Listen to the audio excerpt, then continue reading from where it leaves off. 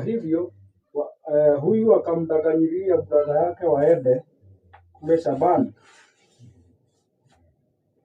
na walipokuwa kule akamuinukia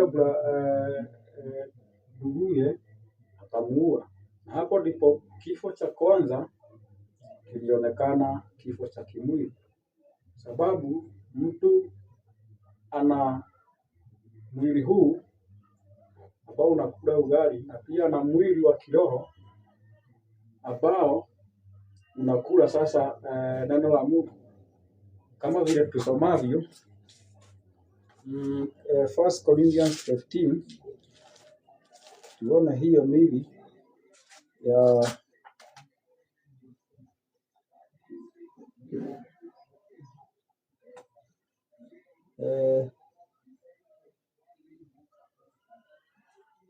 15:44. 1 Corinthians 15:44.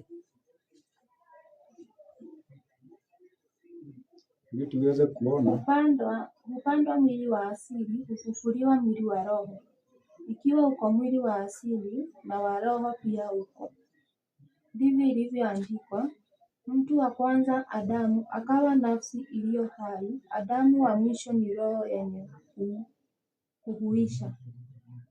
Hiyo imesema kama ilivyo mwili wa asili ndivyo ilivyo mwili wa kiroho. Mwili wa asili ni huu ambao unakula ugali, na mwili wa kiroho ni yule ambao unakula neno la Mungu.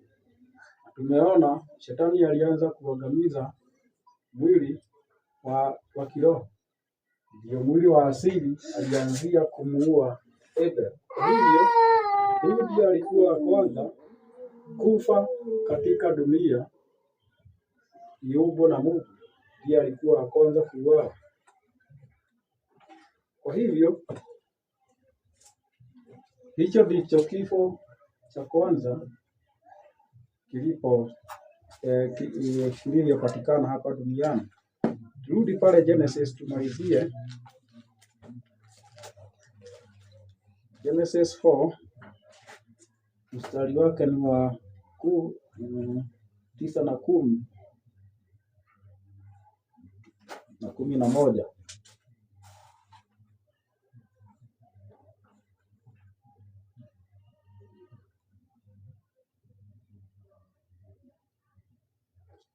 Ndio tuweze kuona. Akasema, umefanya nini? Sauti ya damu ya ndugu yako inanililia. Anzia 9. Bwana akamwambia Kaini, yuko wapi Habili ndugu yako? Akasema, sijui. Mimi ni mlinzi wa ndugu yangu. Akasema, umefanya nini? Sauti ya damu ya ndugu yako inanililia kutoka katika ardhi. Basi sasa umelaaniwa wewe katika ardhi iliyofungua kinywa chake, ipokee damu ya ndugu yako kwa mkono wako. Asante. Kwa hivyo yeye aliulizwa ndugu yake yuko wapi, akasema yeye sio mlinzi wa ndugu yake. Akasema sauti ya ndugu yako inanililia sio mchagani. Naye akaambiwa utakapokuwa unalima, sababu yeye bado alikuwa ni mtu wa kulima, ile ardhi imelaaniwa kwa ajili yako. Na tukumbuke hii ni laana ya pili. Laana ya kwanza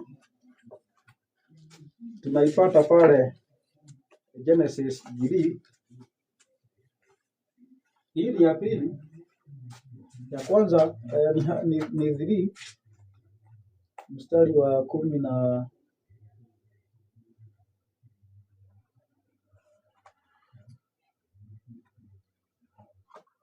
mstari wa 17 na 18 na mpaka 19. Genesis 3:19. 17 to 19.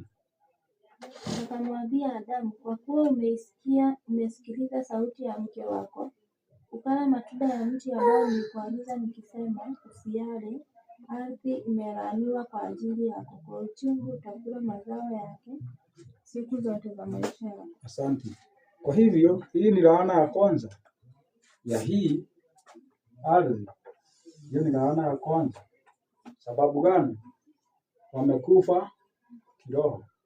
Nayo baada ya kufa kimwili, kifo cha kwanza cha kimwili ndicho tunaona hapo, hiyo ni ya Adamu. Nayo hii inakuja kwa ajili ya kuua kimwili.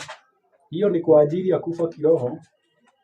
Nayo ya kimwili ndio tunaona Genesis 4 mstari wa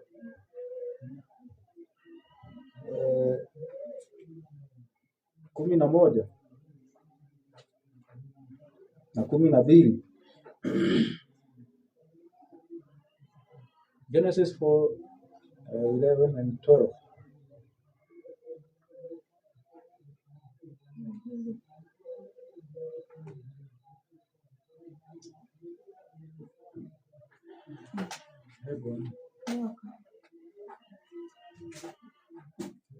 Genesis 4:12, 11 and 12.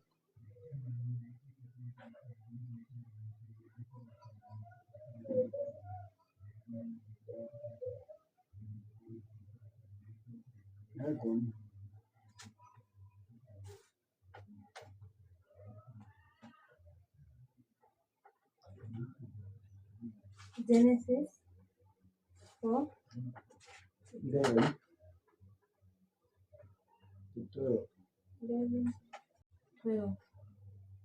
Sasa umelaaniwa na umehamishwa kutoka ardhi ambayo imefungua kinywa chake na kupokea damu ya ndugu yako kutoka mkononi mwako. Utakapoilima ardhi, haitakupa tena mazao yake. Utakuwa mtu wa kutangatanga duniani asiye na utiifu. Asante. Kwa hivyo ameelezewa hii laana imetokana na hiyo damu ambayo imemwagika hapo chini kwa mchanga. Kwa hivyo hiyo shamba wakati ambapo utakuwa unailima itakuwa ameambiwa aje, haitakuwa ina kutolea mazao kama baba yake alivyolaaniwa. Atakuwa akila kwa jasho kubwa sana, kuweka chakula kwa mdomo itakuwa ni shida. Pia Kaini naye sababu ya kuua kimwili, mchanga naye imelaaniwa sababu ya mauaji. Kwa hivyo tumeona ya kuwa shetani ndiye muuaji wa kwanza, na tumeona, hebu tusomee hiyo 1 Corinthians 15:44 na lugha ya Kiingereza. 15:44 na lugha ya Kiingereza. Tumeona ya kuwa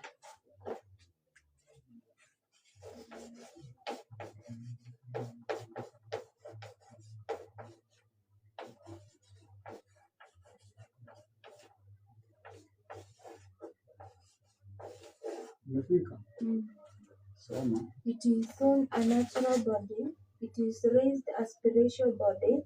There is a natural body and there is a spiritual body. Kwa hivyo tumeona kuna miili aina mbili. Kuna hii